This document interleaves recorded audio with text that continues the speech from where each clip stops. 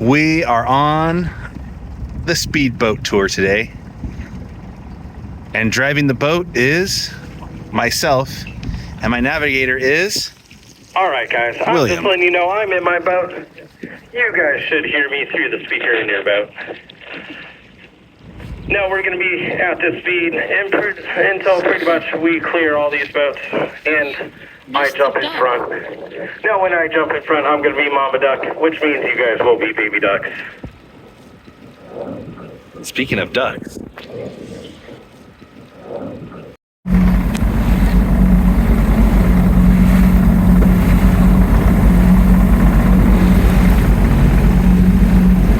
Now, as we are all making that left-hand turn, we're going to notice that landmass right across the bay. Now, that landmass is Coronado. Technically speaking, this is Naval Base Coronado or Naval Base North Island.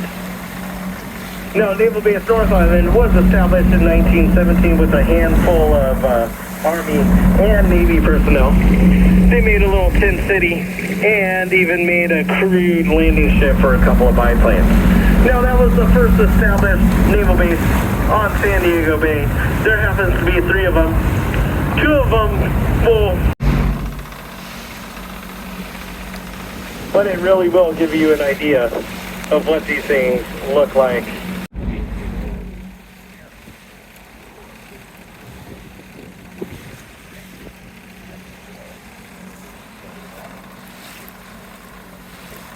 We can't take off when the water's like this, unfortunately. So we gotta sit it out. Now I am gonna push down on... It's recruiting! Oh! this is awesome, dude. I got wet somehow. I'm not gonna be able to keep the camera sitting. What happens in the wild is these animals will literally find anything to float on. Kind of like that big patch of seaweed that we passed over here that none of you guys ran over, thankfully. Now, these animals do live in a harem society, and what that means is it's a harem society. It's a female-run society. The males, they're okay. But for the most part, these animals are social butterflies. They're considered one of the most social animals in the world. I think only behind primates, whales, and dolphins, and I'm pretty sure they're in the top 5.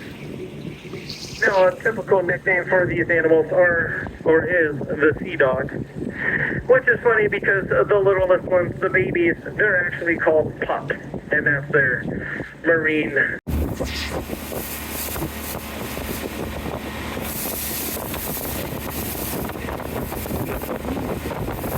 On those guys.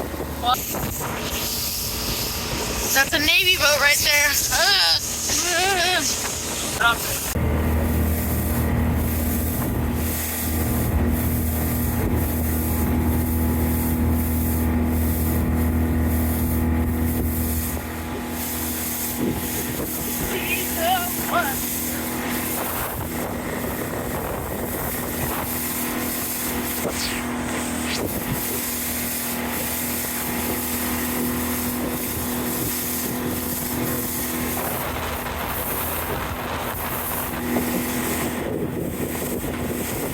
San Diego. Now, there may be more nature-esque ones like Torrey Pines and La Jolla, all that other stuff. But you're on a speedboat tour, and this is what I have for you guys. So starting from left to right over here, if you guys look and see those cranes, now that hill area, that's called Bankers Hill. Now, back in the day, all the rich bankers, they actually lived there and owned all those buildings, and that's why they call it Bankers Hill. Now, to the right of that, there's that building with what looks like blue windows. If you look right above that building, there's the steeple to one of the museums which means all that tree line right there we have passed on to the right-hand side has been Naval Base Coronado. Again, it's the second largest naval base in all the United States. Now, obviously, it's really big. It took us about 15 minutes to get all the way around it. This aircraft carrier right here, this is the USS Carl Vinson, CVN-70. Now, believe it or not, chances are you've seen this boat in a movie. I think the most recent one was Top Gun Maverick. That really just depends on water conditions. If it's just as flat as we encountered, then yes, we will be able to. Just look at. But here she is, the USS Midway. She was built during World War II. But unfortunately, she didn't set sail until about 8 days after the war had ended. That doesn't mean she didn't see any action, though. She had active deployments in pretty much every military confrontation between 1946 and 1997. That would have been the Korean War, the Vietnam War, Desert Storm, and the Gulf War, just to name a handful. Now, she was decommissioned in 1997 after about 47 years of service in the Navy.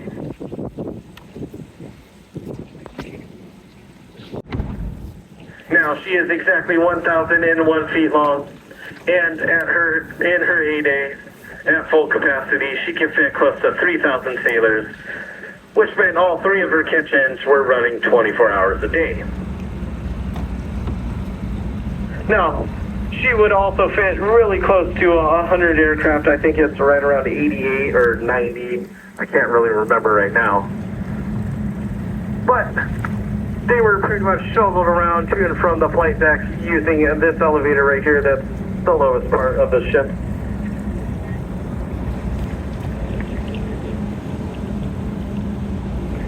Now, believe it or not, there are 4 propellers on this ship.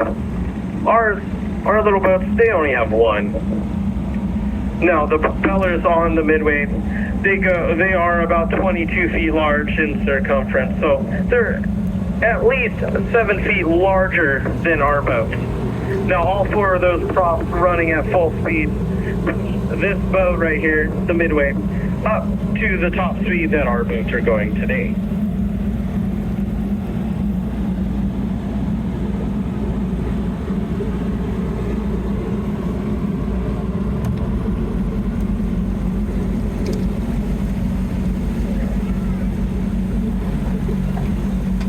Now, this statue is built after a super famous photograph taken at the very end of World War II. In that photograph, this young sailor grabbed a nurse who he did not know, and he stole a kiss from her right in the middle of a giant street party, and stole a kiss from her. A photographer was able to freeze that moment in time, and he named that picture the Unconditional Surrender.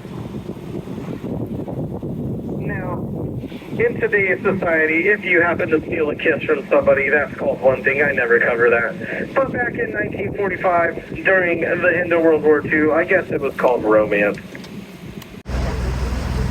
All right, guys, go ahead and bring it in. Close that distance just a little bit. Now, one day a year, she normally drops all of her sails, and she leaves the bay, heads out to sea for about 4 or 5 hours, and then comes back. Now, one day a year of activity makes her the world's oldest active sailboat. Now, the next ship in this area is the San Salvador. The San Salvador is a replica ship of the one Juan Cabrillo used. Now, I did mention him way back in the beginning of the tour. Now, that's the ship he used to quote unquote discover California. Now, the next ship in this area, the big one, that's the Berkeley. Now, the Berkeley was used as a ferry originally to get people to and from downtown San Diego to Coronado Island.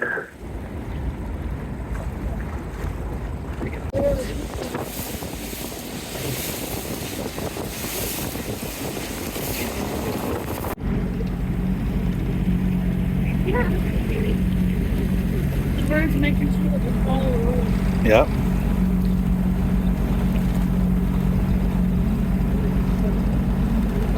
I'm thinking.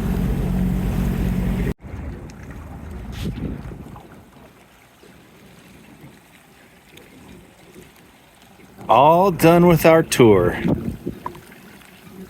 Coming in to dock. William, what did you think of the tour?